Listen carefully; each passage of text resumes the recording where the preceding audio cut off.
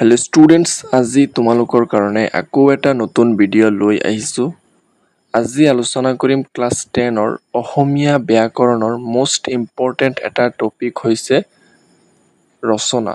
আজিৰ ৰচনাৰ টপিকটো হৈছে নাৰী শিক্ষা আৰু ইয়াৰ প্ৰয়োজনীয়তা। এইটো মষ্ট ইম্পৰ্টেণ্ট হয়, মেট্ৰিক পৰীক্ষাত অহাৰ খুবেই বেছি সম্ভাৱনা আছে। তোমালোকে এই ৰচনাটো ভালকৈ চাই যাবা। ছাত্ৰ ছাত্ৰীসকল, তোমালোকে ভিডিঅ'টো শেষলৈকে চাবা আৰু ভিডিঅ'টো যদি ভাল লাগে তেন্তে এটা লাইক কৰি দিবা আৰু ভিডিঅ'টো প্ৰথমবাৰৰ বাবে চালে চেনেলটো ছাবস্ক্ৰাইব কৰি দিবা। এতিয়া আহক আমি ভিডিঅ'টো ষ্টাৰ্ট কৰোঁ। নাৰী শিক্ষা আৰু ইয়াৰ প্ৰয়োজনীয়তা। আৰম্ভণি। শিক্ষাই মনজ্ঞতা দূৰ কৰি বৌদ্ধিক দিগন্ত মুকলি কৰে। জগতৰ সৰ্বতো প্ৰকাৰৰ মংগলৰ বাবে নিজকে যোগ্যৱান কৰি তোলাৰ একমাত্ৰ মাধ্যম হ'ল শিক্ষা। সুশিক্ষাই মানুহক পশুত্বৰ পৰা দেৱত্বৰ শাৰীত উন্নীত কৰে। গতিকে পুৰুষ নাৰী নিৰ্বিশেষে সকলোৰে বাবে শিক্ষা অতি আৱশ্যকীয়।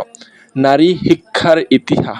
নাৰী শিক্ষাৰ ইতিহাসলৈ মন কৰিলে দেখা যায় প্ৰাচীন ভাৰতীয় সমাজত নাৰী শিক্ষাৰ অধিক সমাদৰ আছিল। খ্ৰীষ্টপূৰ্ব বৈদিক যুগত নাৰীৰ শিক্ষা আৰু স্বাধীনতা পুৰুষৰ সমপৰ্যায়ৰ আছিল।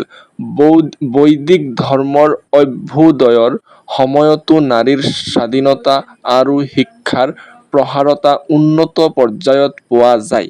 কিন্তু সময়ৰ লগে লগে নাৰীসকলৰ সেই স্থিতি বা মৰ্যাদা হেৰুৱাই যাবলৈ ধৰিলে।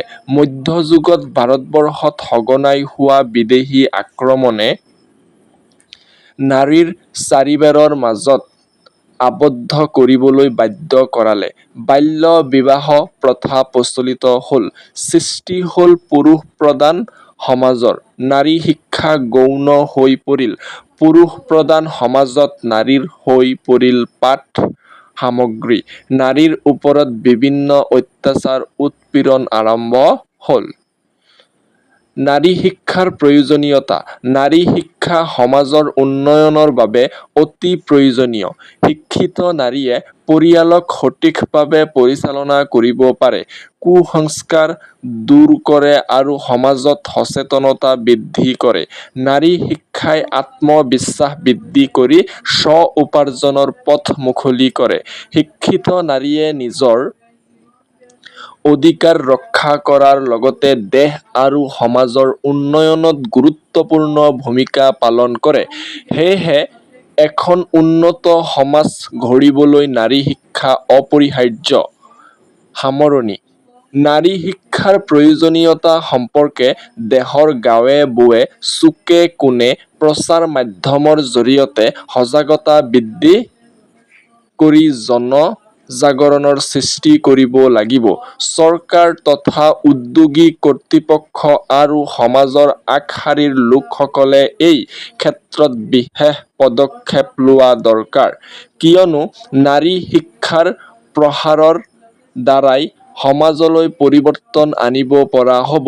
পুৰুষৰ লগতে নাৰীসকল উপযুক্ত শিক্ষাৰে শিক্ষিত হ'লে সমাজ, দেশ আৰু জাতিৰ সৰ্বপ্ৰকাৰৰ উন্নয়ন সম্ভৱ হ'ব।